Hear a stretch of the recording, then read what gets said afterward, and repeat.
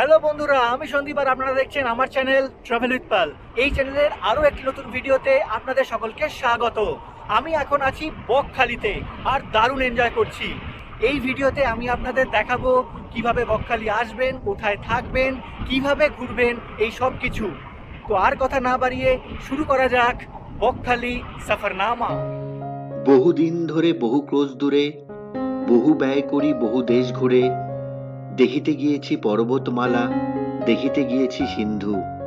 দেখা হয় নাই চক্ষু মেলিয়া, ঘর হতে শুধু দু পা ফেলিয়া, একটি ধানের শীষের ওপর একটি শিশির বিন্দু।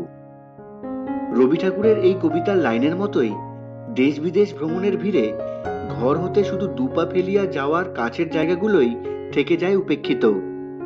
এই দেখুন না, বকখালি ঘুরে আসার প্রায় 2 বছর পর তার ভিডিও বানালাম। মাঝে ভিয়েতনাম, দুবাই, থাইল্যান্ডের নিচে কেমন চাপা পড়ে গেছিল কাছের এই জায়গাটা। যাক সেসব কথা, আপাতত বেহালা পেরিয়ে আমাদের গাড়ি ছুটে চলেছে ডায়মন্ড হারবার রোড ধরে।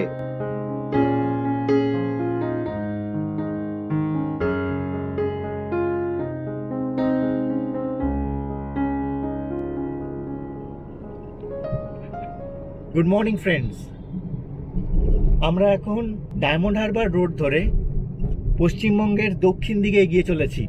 আর আমাদের আজকের গন্তব্য বকখালি। আপনারা বিশ্বাস করবেন কিনা জানি না, এই গাড়িতে এখন আমরা যারা আছি প্রত্যেকে, এমনকি রাজাও এই প্রথমবার বকখালি যাচ্ছে। রাজা, তাই তো? এত কাছে কিন্তু তাও কোনোদিনও যাওয়া হয় না। একদমই এত কাছে কিন্তু তবু কোনোদিন যাওয়া হয়নি। তো দেখতে থাকুন বকখালির এবং তার আশেপাশের জায়গার সমস্ত রকম তথ্য আপনাদের দেব।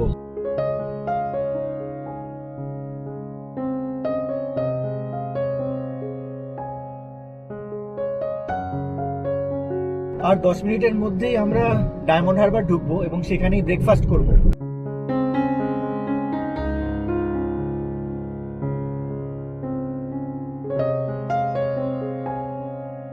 সকাল 9:30 নাগাদ আমরা পৌঁছে যাই ডায়মন্ড হারবার। এই রাস্তাটা একদম হুগলি নদীর পাশ দিয়ে গেছে, দেখাচ্ছি আপনাদের।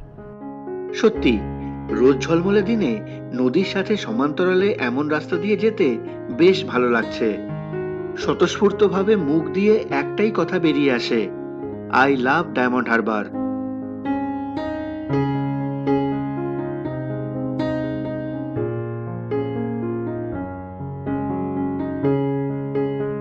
আমি এখন আছি ডায়মন্ড হারবারে, আর এই হচ্ছে হুগলি রিভার। বিশাল বড় এখানে রিভারটা, ওপারটা অনেক দূরে দেখা যাচ্ছে আর প্রচন্ড হাওয়া চলছে।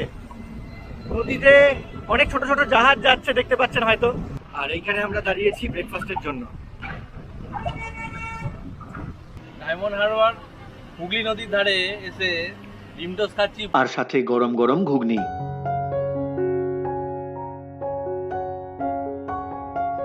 আর সবশেষে মাটির ভারে এলো গরম গরম চা।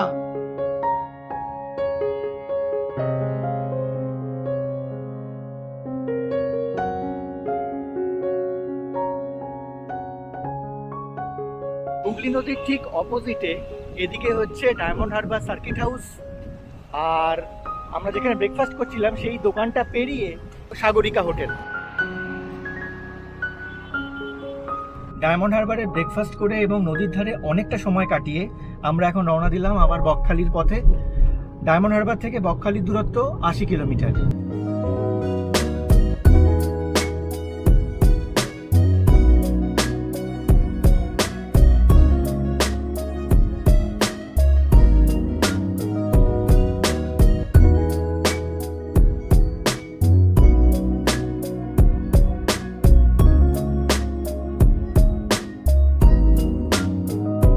ডান দিকে রাস্তাটা চলে গেছে গঙ্গাসাগরের দিকে। এখন ঘড়িতে বাজে বেলা 11:40। আর এটা হলো কাকদ্বীপ চৌরাস্তা মোড়। এই মোড় থেকে বাঁ দিকে যেতে হবে।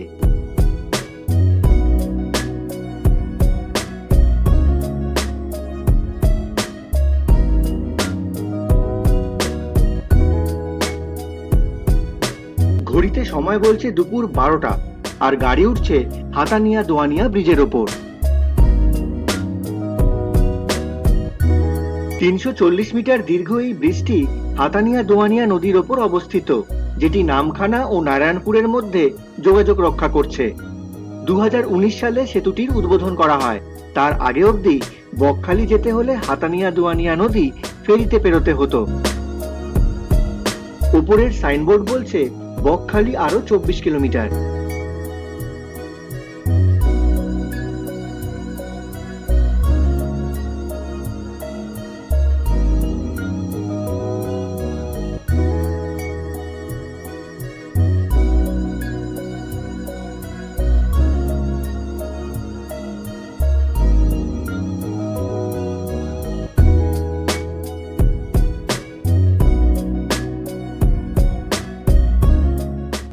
এই রাস্তা থেকে বাঁ দিকে হচ্ছে হেনরি আইল্যান্ড, আর আমরা সোজা যাচ্ছি বকখালির দিকে।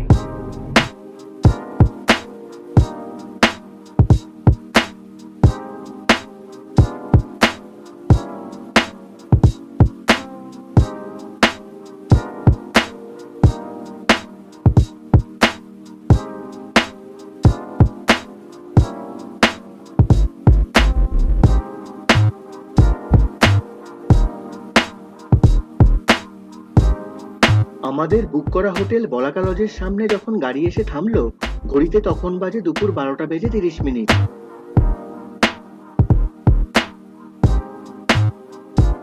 হোটেলের পেছন দিকটায় কার পার্কিং এর সুব্যবস্থা আছে। চট করে আপনাদের একবার বলাকা লজ ট্যুর করিয়ে দিই, দেখে নিন।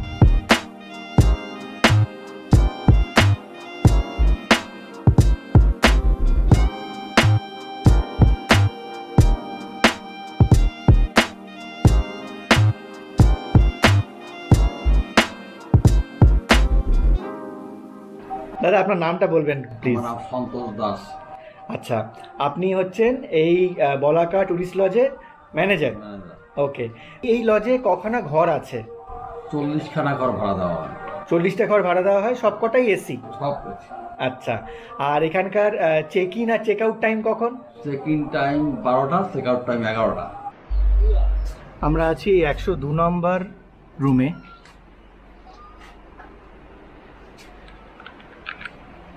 বেশ বড় ডাবল বেড, ওখানে একটা সাইড টেবিল আছে, এসি, এদিকে একটা ছোট টিভি যেটা আমি কখনো দেখি না, এখানে একটা ছোট টি টেবিল, আর এদিক দিয়ে একটা বারান্দা মতো আছে বেশ বড়, এটা হচ্ছে কার পার্কিং।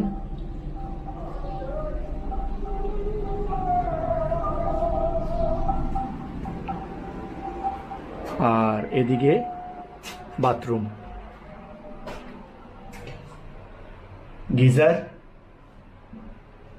ছোট হলেও বেশ পরিষ্কার পরিচ্ছন্ন।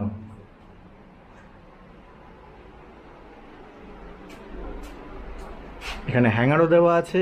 স্নান করে ফ্রেশ হয়ে নিলাম। তো আমরা আছি হচ্ছে গ্রাউন্ড ফ্লোরের এই রুমগুলোতে, 101, 102 আর 103। আর এর ঠিক অপোজিটে ওই দূরে ওখানে হচ্ছে রেস্টুরেন্ট। তো এখন আমরা লাঞ্চ করতে যাচ্ছি। রেস্টুরেন্টের নাম দ্য ম্যানগ্রোভ। বেশ বড়সড় এই রেস্টুরেন্টে প্রায় 50-60 জনের বসার জায়গা আছে। লাঞ্চে আমরা ভেজ থালি অর্ডার দিলাম, যাতে ছিল ভাত, ডাল, ঝুরি আলু ভাজা আর আলু পটলের তরকারি। সাথে নিলাম ভেটকি আর পমফ্রেট মাছ। খাওয়া কেমন? দারুণ দারুণ, সব পরিষ্কার করে খেয়ে নিয়েছি, পরিষ্কার করে কোনটা কোনটা ভালো খেতে? সবচেয়ে মজার কথা হচ্ছে আলু পটলের তরকারি এত স্বাদু হতে পারে চিন্তা করে। ভেটকি মাছটাও খুব ভালো। আর পমফ্রেটটা? এটা দারুণ স্বাদ। আর শেষ পাতে ছিল চাটনি, পাঁপড়। লাঞ্চ সেরে খানিক বিশ্রাম নিয়ে বিকেল বেলা বেরিয়ে পড়লাম। এখন বাজে বিকেল 4:30, আর আমরা হোটেল থেকে বেরিয়ে এখন যাচ্ছি বকখালি সি বিচ দেখতে। এই রাস্তাটাই সোজা চলে গেছে সি বিচের দিকে।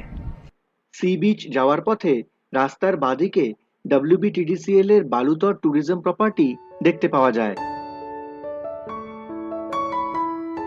পার্কিং এরিয়া ও দোকানপাট পেরিয়ে বাঁধানো রাস্তা চলে গেছে সমুদ্র সৈকতের দিকে। বকখালিকে বলা হয় সাদা বালি আর লাল কাঁকড়ার দেশ। লাল কাঁকড়া কতটা দেখতে পাবো জানি না, তবে সাদা বালির অনবদ্য এক সমুদ্র সৈকত আপনারা দেখতেই পাচ্ছেন।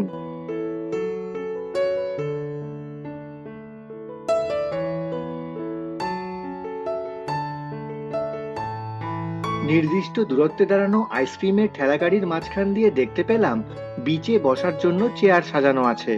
চেয়ার কত করে দিদি? 1 ঘন্টা 10 টাকা, তাই তো? সমুদ্রের দিক থেকে আসা ফুরফুরে হাওয়ায় মা বাবাদের চেয়ারে বসিয়ে আমি পা বাড়ালাম অনন্তের পথে।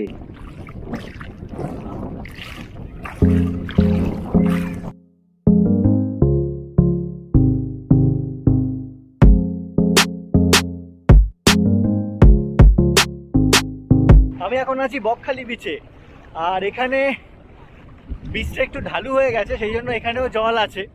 তারপরে আবার বীজটা উঁচু হয়েছে, সেখানে আবার ডাঙা, তারপরে সমুদ্র।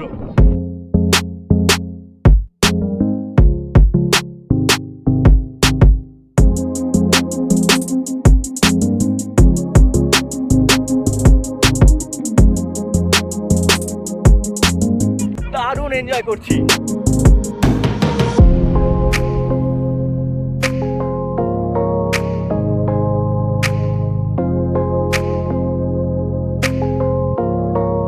আর এই হলো বকখালি সমুদ্র।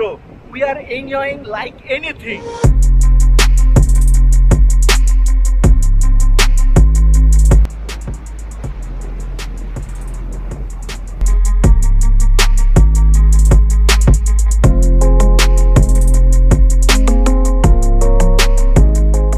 কেমন লাগছে ভাইয়া? দারুণ, দারুণ, দারুণ। ও!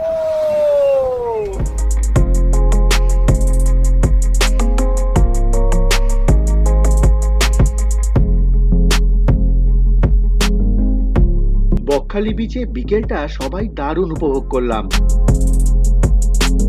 সি বিচেই বিকেল গড়িয়ে সন্ধে নামলো। সমুদ্র থেকে ধরা মাছ বিক্রি করছে স্থানীয়রা।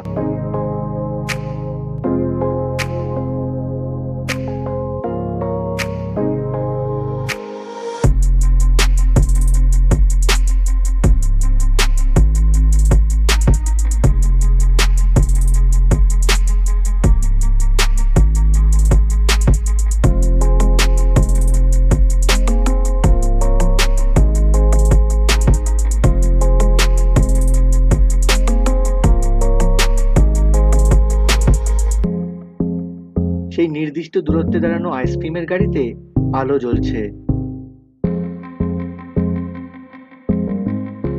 দিনের আলো ফুরিয়ে এলে বিচ থেকে দোকানপাট দেখতে দেখতে হোটেলে ফিরে এলাম।